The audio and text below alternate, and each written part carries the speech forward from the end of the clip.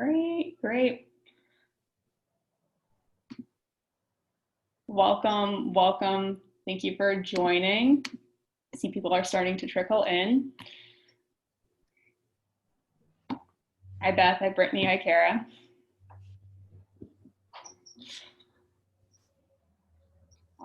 Awesome. So thank you all for joining. We're gonna be having people joining in on both Zoom, Facebook Live. We're recording this, so we're going to be sharing this throughout our network via email. So we're going to get this facility tour as broadcasted as widely as possible. I wanted to go ahead and just thank you, Sheldon, for joining us. We really appreciate your time and being able to answer some of our questions and to give people some insight into City Fresh Foods and to what you all do. Normally, I just want to give a quick introduction for who SBN is and what this campaign is.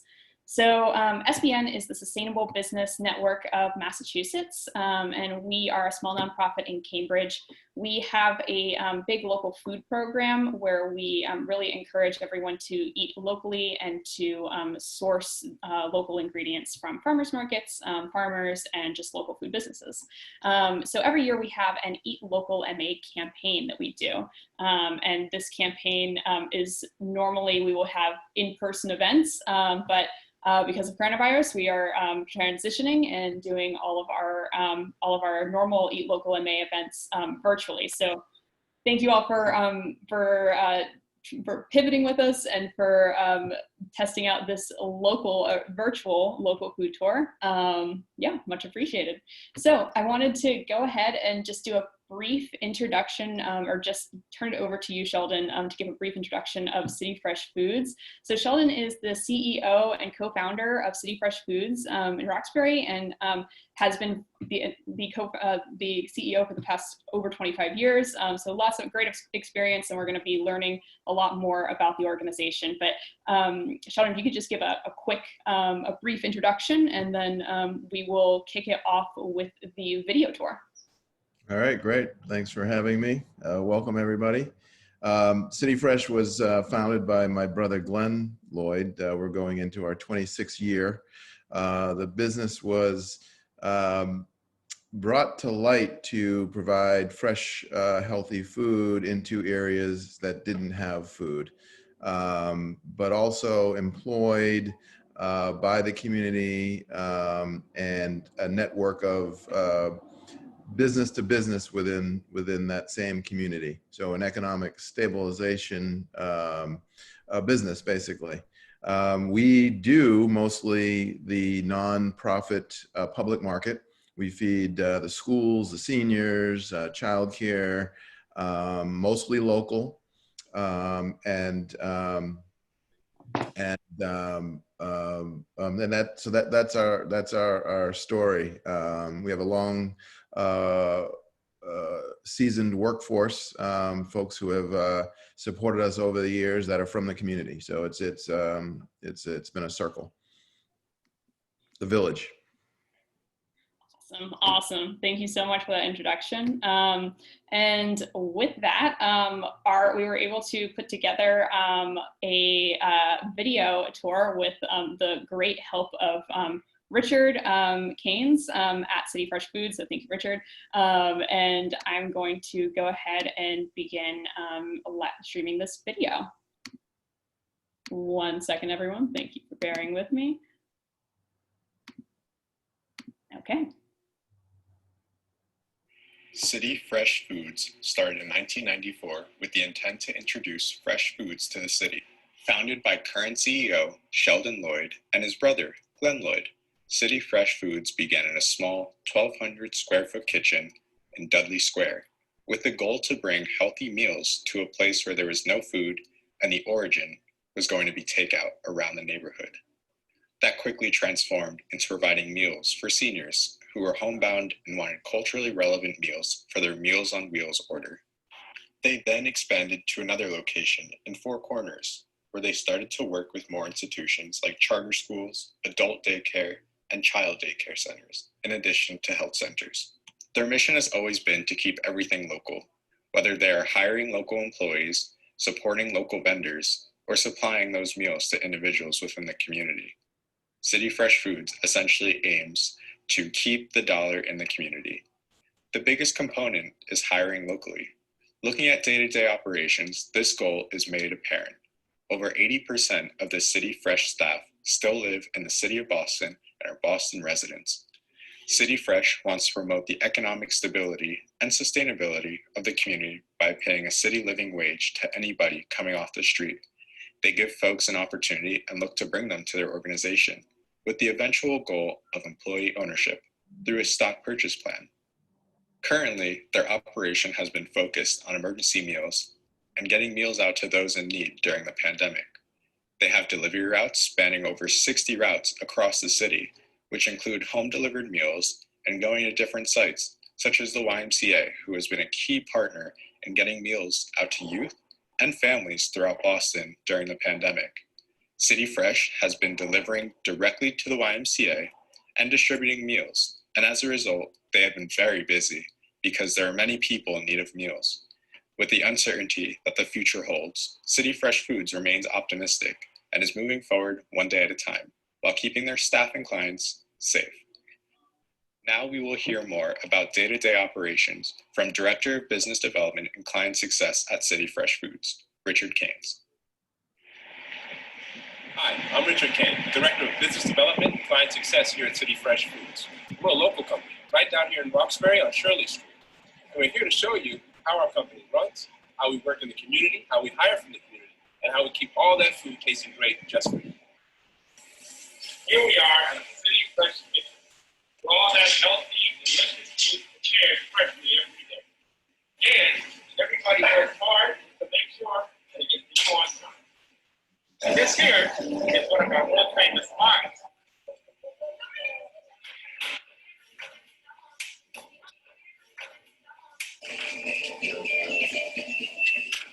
To a magazine.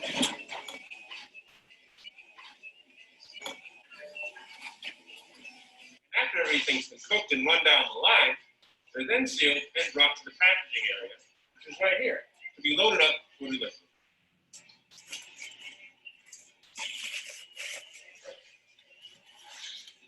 And finally, everything makes its way out to delivery.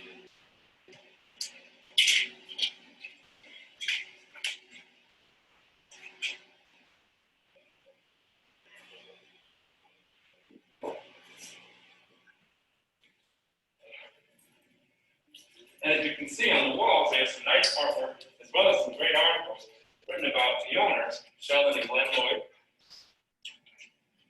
And this great photo of the start of City Fresh back in 1994.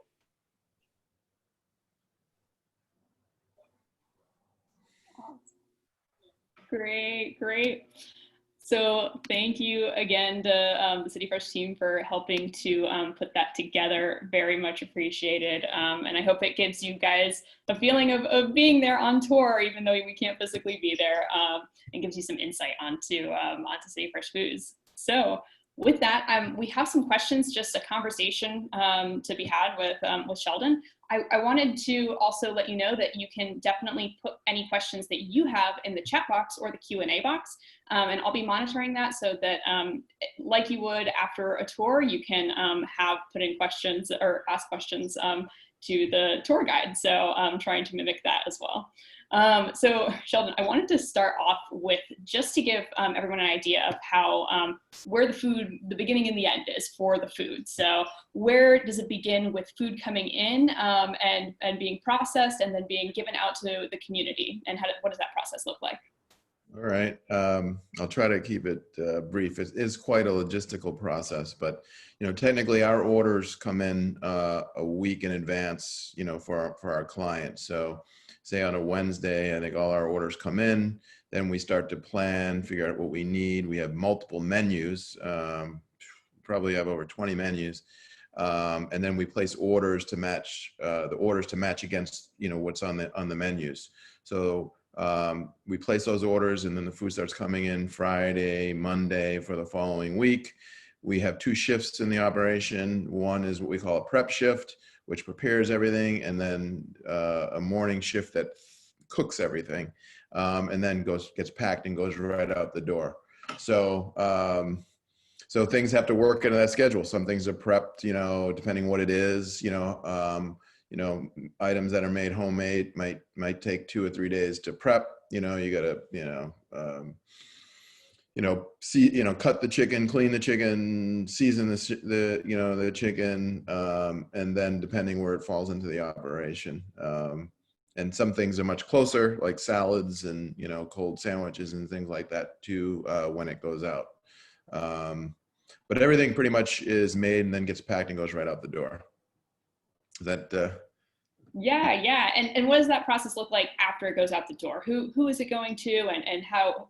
What partners are you working with? So we're definitely concentrated in the city of Boston. We're working, as mentioned, with the YMCA's. So after school programs, some of the charter schools like Roxbury Prep, Conservatory Lab Charter. We're into some Cathedral High School here in the south end of Boston. We handle the agencies, the senior agencies in Boston, Ethos, Central Boston, Boston Senior Home Care. Those are all home delivered meals. So those are actually going door to door.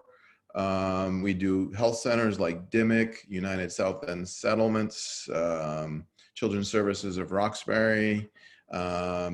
Those are all a number of local communities. So it's daycares, child cares, adult day centers, in normal times, because now, a lot of these centers are closed, where we would, the PACE elder service plans that are local in Dorchester, Upman's elder service plan, a lot of long-term, institutional local clients that are helping the community, mostly 98% are nonprofits, and 95% are in, greater Boston. We do Brookline, we do some Cambridge, Somerville, a little bit of Mystic Valley, but mostly local. Awesome.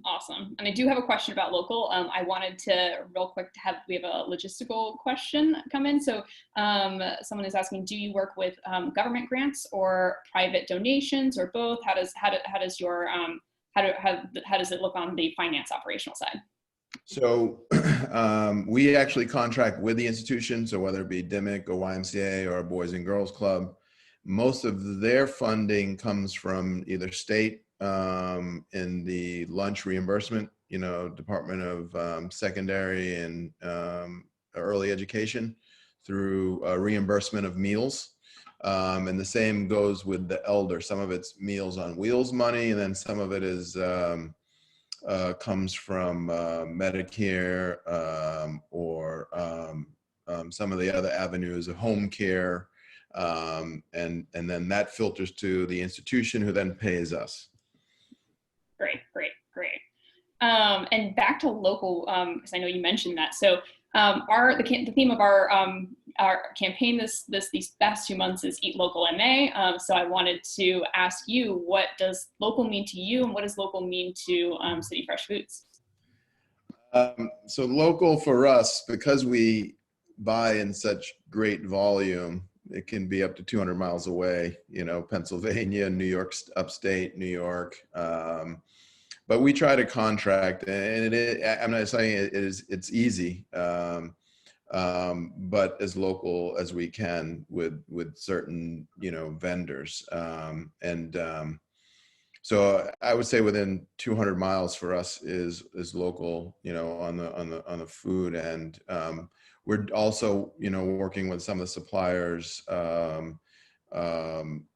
like Cero and Save That Stuff on the other end that are, local, and minority and women-owned businesses. We have to, walk the walk, because that's what we're about. And it's not easy, it's not easy. And pricing, because our market is the schools and nonprofits, that keeping that, keeping all that in mind, it's a balancing act. Yeah, we did a tour with Boston Organics last year, and same thing. It's that like finding that balance of what is financially feasible and how can you best support your local farmers and keeping things local. So I really appreciate the effort that you all do put into making sure that that balance is there, because it's very easy to not do that. So we really do appreciate it. And then I wanted to ask about city growers and what that initiative is. And yeah. Well, at City Fresh, we've often, you look at my competitors who are really in a box of here's what we do and only do, because our mission was bigger in community. Glenn was and is always kind of on that vision side. In our partnership, he was vision and I was execute. But the goal of that was, if he was very much into for-profit and doing things that could sustain, right? So the premise was that you could take a lot of the land, the local land that is vacant, and you could turn it into a small, farm or plot that could produce enough income to support a small farmer. So he went about it, and at City Fresh, it was grown, out of City Fresh, and had to get zoning changed around the city, et cetera. It was more complicated than you would think. And then he started to go into action, which started to grow. He got his first plots and sold it. The goal was selling to restaurants and or like a City Fresh. We needed big volume, so for us, we bought whatever they had, but it was challenging. Then it turned into UFI, the Urban Farming Institute. So that's kind of where it went into, which has a whole other realm of programming, and the Epstein Farm, which I'm sure everybody's familiar with or needs to be familiar with.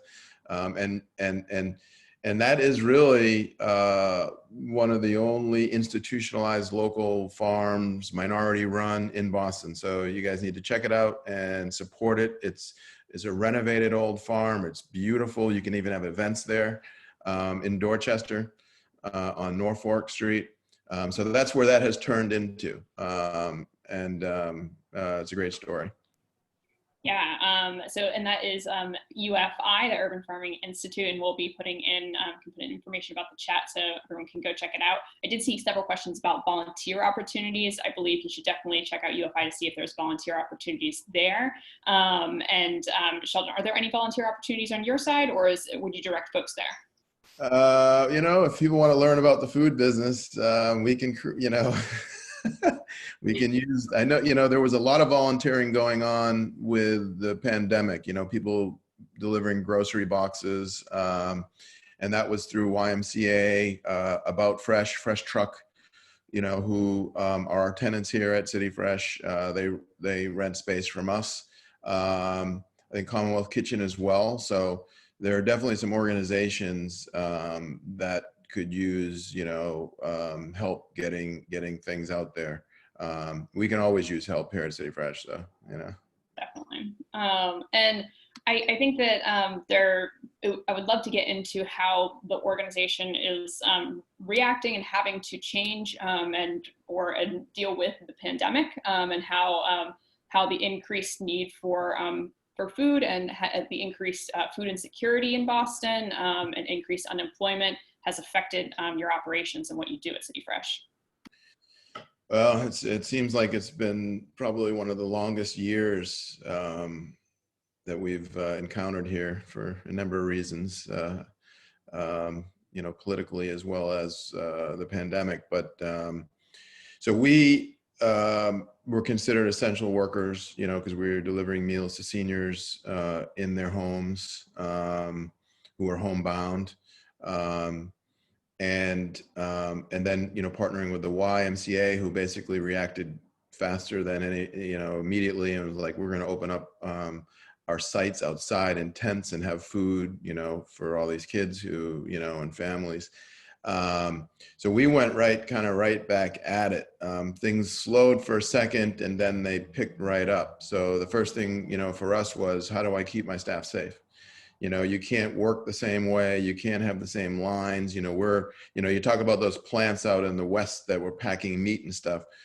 We're not like that, but we're close because we had people, next to each other on a line, plating food, et cetera. So, quick education, and always improving. We have a call every day now. And you could see the difference in my lines from the beginning until now with safety measures, breaks, things we used to offer staff, even as simple as a coffee station, gone, right? So safety was that next piece, and getting, scaring people, but then getting them comfortable again, right?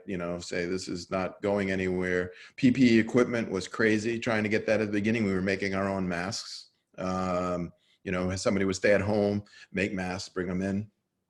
But glad all that has passed us. So now we have fewer clients, but more volume around, the big clients like the seniors and the Y, City of Boston, Boston Housing Authority. We're doing things for their families now.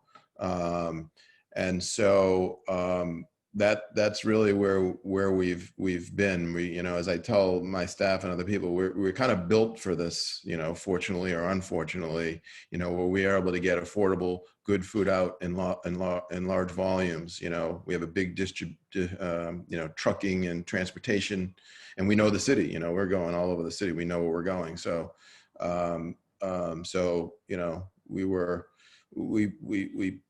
we're a solution, a local solution. Let's go back to local. So I think, the state and the city, and you guys all who listen to this can talk this up, but, City Fresh needs to be in a place like the city of Boston where we are. It is our mission, but we all know what's happening to small businesses with big businesses coming in, gentrification of businesses like myself, and for our staff. It's a huge battlefront for us. But this proved that, in the state, everybody, we need to rely on our local businesses to get this done, where we can actually keep employing them, but also, there's a resource here. And so we're not, we're in a lease at City Fresh, and we're right in kind of area like most of the city that's in demand. So that has been very trying times for a small business. And who are our competitions, right? Competition, right now it's international and national companies. In my space, which I call the community feeding space, it's incredible because there is money in that. So big fish come. Yeah. I mean, I think it is, as you were saying, just like having at least feeling that you're in the place where you can really make a difference in your community. I mean, I'm sure it's a very hard time for you and the staff, but also having that feeling if you're making a difference, I'm sure is really important for morale. I have a question coming in about how many employees do you have and how many meals do you prepare each week?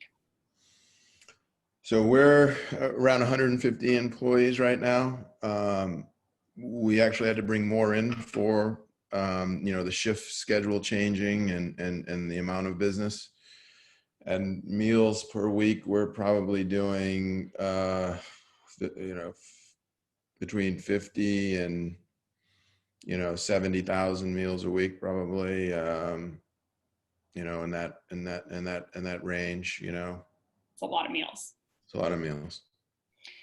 So I wanted to talk about how you have been with City Fresh for over 25 years, just seeing, kind of picking your brain about where you've seen the organization, how it's grown over the past all the years that you've been with it, and also where you see its future and where you think that it's going to be continuing to grow.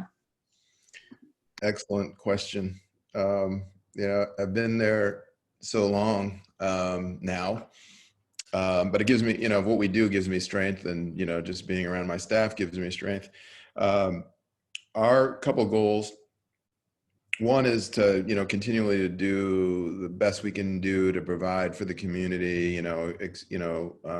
have it to a point where our product speaks for itself in a challenging market that is very budget constrained. So does it matter to some of the institutions that were local, that were minority owned? Does that, that our staff is all local, does that matter? Our business is RFPs and bids, right? So how do we make that a constant win? And we have been, and as the past 5 years, I think we've really seen that since 2016 or so. So that being said, I think as we make the perfect model, which has been taking us forever. And I think part of that is our mission, and part of it is our other community involvement. That's really taken us a long time. We go to another city, right? So there's a Lowell, a Lawrence, a Springfield, a Brockton, urban, an urban city that's just out of reach from here. Some of those are not, but, and we do another City Fresh model. The other thing that in our final chapter that we're looking at completing this fourth quarter, which is an employee stock purchase plan, which is huge. So getting some ownership into the hands of the folks who help build the company. And that's huge. And then they can run the company, and I can, I can retire, or, just, be on the board, that's the goal. So I can, maybe, start to move. No, just kidding. So that's kind of the next, steps. It's a growth period in a way, and we'll see. But there's a lot of unknowns, with this environment, and we really see, these, we had a number of different clients. There are a lot of smaller businesses in the community, and you're not sure whether they're going to come back, and, we were big, daycare is a big item right there, right? Like what's going to happen to daycares? They're struggling. Everybody's struggling. But that's one that's really, really struggling. It's a little unfair to ask about the future, because I think everyone's answer is, I don't know. The future is a little hard to predict at this point, but I appreciate your stab at it, and giving us some insight there. You mentioned the employee shareholder program. I just wanted to go back to that real quick, because it's such a great thing that you're doing, and it's also, I wanted to touch on how you're putting equity at the center of your work, and what equity means to you in terms of your employees, and in terms of how you think that this could maybe be a model for other organizations. I would love to just kind of hear more about that program. So, I mean, everybody sees the news and who has wealth and who doesn't. And we try to look at this like like you're buying a house, or you're gonna put in some money. In a lot of cases, we're gonna set up so the staff will buy the stock. You're gonna pay for the stock, so you have some skin in the game. The goal is that you would get dividends as a return, which would help pay for your the money that you can put all the money down, or you can have it come out of your paycheck. And then that the stock will appreciate. So then when you leave the company, and or retire, that, that you would get bought out. So, and you would have some governance. So the employees would be able to, depending on how many, but seats on the board, as a group. So they would elect a board seat. So they would have say in the governance of the company. I think that's the general gist of how the overall. So so we've invested in. So we had other partners. I mean, in a quick summary, every time City Fresh, and this really goes back to the beginning and some of the challenges of a small minority business. When we moved from 1,200 square feet to 3,800 square feet in Four Corners, we've been in business 4 years, maybe 4 years. we could not afford, it was a business that was, went out of business, and the city took the building, and we got it in an auction, and it was short money, and but we still couldn't afford it, so we had to borrow the money. We had to go, and we couldn't go to a bank. The bank wouldn't fund us, and they kept pointing us to like a venture fund, community venture fund. So we had to borrow the money from a venture fund. Long story short is that they owned XYZ of the company. We had a board of directors, and from there we've had 2 other ownership changes where we had to, somebody bought somebody else out.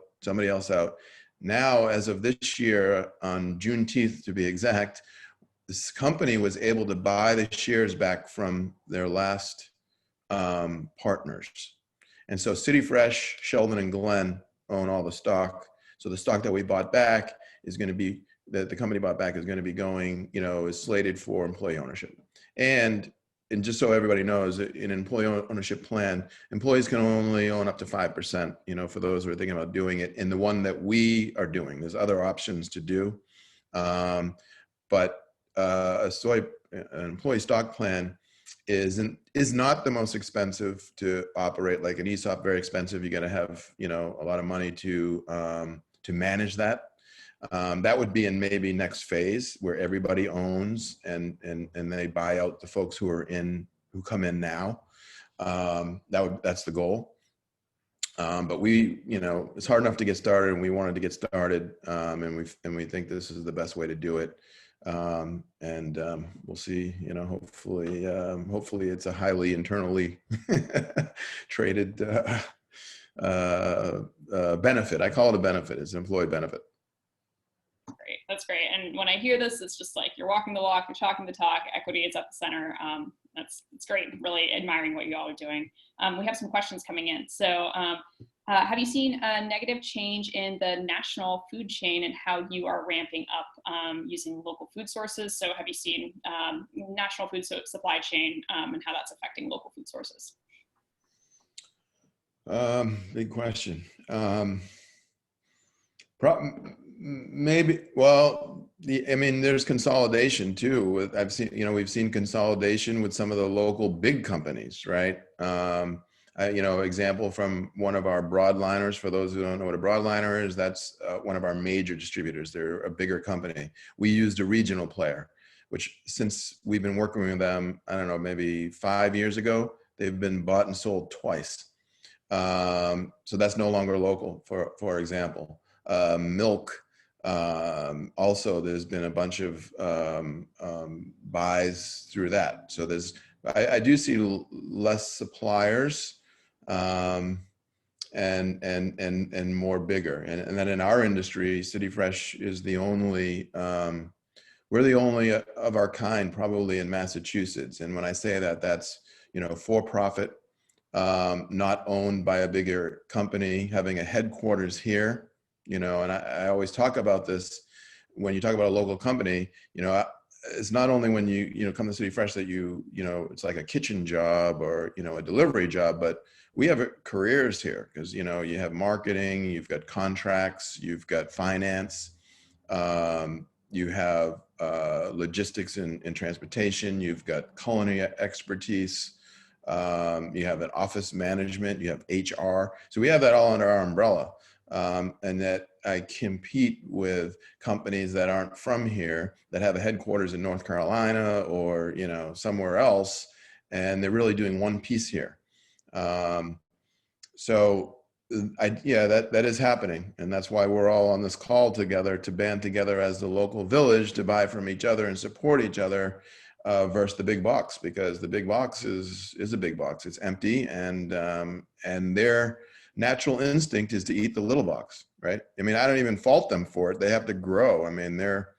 They're basing, their monthly calls are, what is my profit and how much have I grown, period. And as we try to avoid that at City Fresh, it does cost us, but we're like the last one standing in Massachusetts in my business, which is crazy. There might be a few nonprofits in our line of business, but for the most part, we're the last one standing. So we're trying to get it into the hands of the employees before it's too late. But we're not going to sell out though. But I don't know. as the last one standing, Wendy has a question about, is there any way that individuals can support you?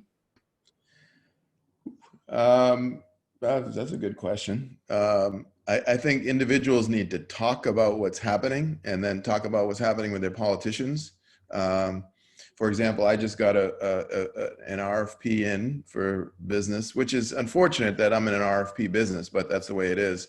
And for those of you who don't know, it's, our clients have to go out for a request for proposals every 3 years or so. So it's like, you're trying to form a relationship with somebody, but yet it's bound to this, legal formal process, right?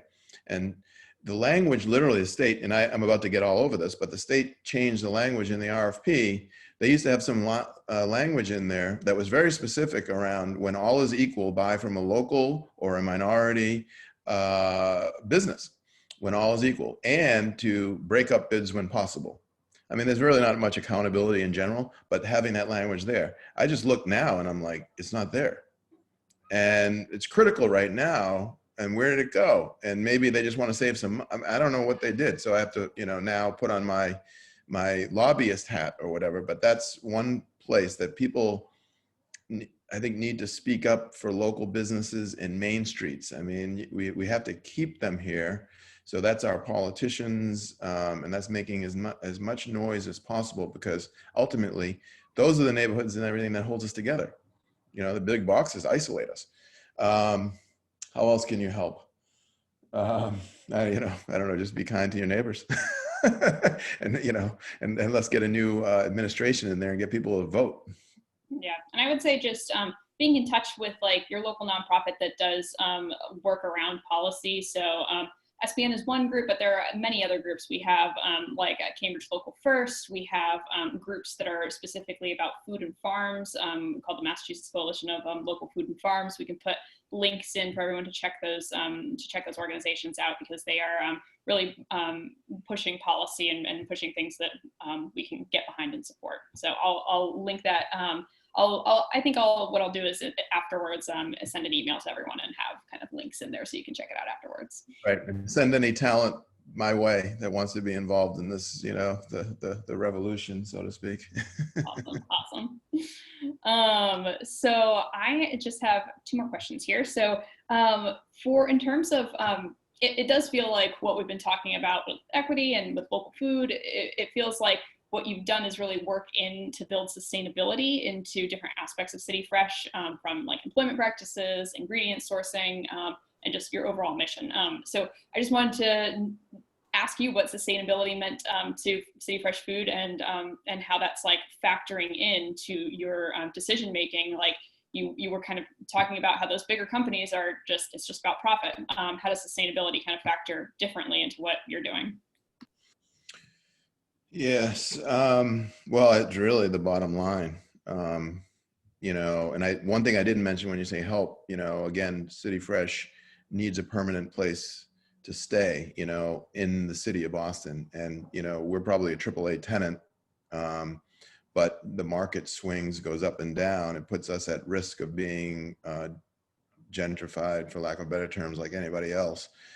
So if you know of any places in Boston or have connections at that level, we can afford to build a place, but we can't, in the market that we are in, go with the rise in, prices, basically, how hot Boston is in these urban areas, or was with the pandemic brings. But we can't compete with that with our client base. Our price increases are 1 or 2% per year, and we have a real estate market that's blowing that out the water. But anyway, so sustainability, being able to stay in the community, we consider ourselves an institution, where our employees fed their kids, or people they knew in the schools, and it was all local. So staying here is critical. Keeping our staff here is critical. For food, we do the city living wage to start, which is way better than most, and it's the right thing to do. But do my competitors do that? So we push those initiatives for really just keeping the communities the way they are, or having some balance to them. I'm a strong believer in the balance. You don't have to gentrify the whole block. You got to keep a couple of those 30-year-old mom and pops that have been there the whole time, because that's what makes the neighborhood, complete, right? And so, so I guess, for us, it's being able to stay in Boston and continue to do what we do. If that answers that, I think. Yeah, it does. Awesome. And I just wanted to end on kind of education and having how City Fresh Foods plays a role in educating people about healthy eating, whether that's directly or indirectly. I know City Fresh Foods has actually been at like our Boston Local Food Festival in the past, talking to folks. So yeah, how do you do that? We try.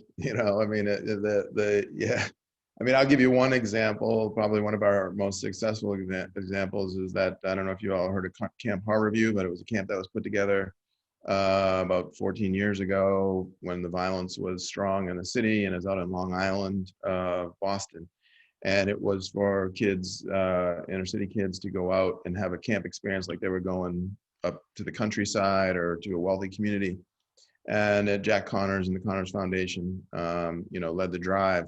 And and they wanted to have fresh, local, all this food that was what we wanted to do, but maybe couldn't afford to do all the time. And so we were bringing all these things out there that the kids didn't know what a granola was, and introducing all these things. So that was, has been very rewarding. Now we have, couple salad bars that are set up and they're hot, the kids go right to them. But just watching that education around what the food is. So for us, it's labeling, trying to communicate it in a menu, trying to have a little prep conversation, with the schools, and trying a lot of things. You try them and we take them off the menu. Didn't work. Children are the most difficult. Seniors who are used to their food from, their islands that may be a lot of fried or, are also, a challenge, but we have to balance it. We're very highly regulated in our normal business, not the camps, so to speak, but we have to follow regulations that are, that meet the requirements. So, we've had times where we had to take salt out of the kitchen because, the chefs might get a little heavy handed and we're not supposed to use that. But we also offer, programs. We'll go into the institution, and do, cook something, review with parents, on nutritionals, and what we're trying to do at City Fresh. So we offer that to our clients, maybe at a parent, teacher meeting or something like that. Awesome. Yeah, and amazing that you're able to do some of that stuff, like, while, running your business. So yeah, it's value add. Yeah, definitely. So if anyone has any more questions, feel free to do a last question or two in the chat. Otherwise, I really just want to thank you, Sheldon, for coming on and for giving everyone some insight into what's going on, especially we do these facility tours to give people insight into places that you might not otherwise see publicly and otherwise. And you're doing such great work. We want to be able to share it and really let people know what great work you're doing, not only providing meals for people, but everything else we're talking about, from sustainability to local food sourcing to having shareholder equity with your employees. So all of that is amazing work. And as you said, last one standing in Massachusetts. So we really do want to support what you're doing and just support local overall. So great. I have a comment from Beth. So interesting. Thank you and good luck. So awesome. Thank you all for joining. Any last comments, Sheldon? I would give a shout out to my man, Laurie Hamill, who keeps, pushing everything and me and us. And I think everybody just keep pushing. You guys are doing your thing, and it's very important. So don't, take it lightly. Pat yourselves on the back, because it's these extra efforts that are going to make change. So it can happen and will happen and is happening. Yes. So thank you. Thanks for having me. Pleasure to share. Thank you, everyone. Yeah, thank you for joining. We'll be following up with an email with those links. So look out for that later today. Thank you, everyone. Have a great rest of your day. Kara says, thank you for the informative info, Sheldon, and thank you, Elena. Awesome. Thank you, Kara. Thank you all for joining.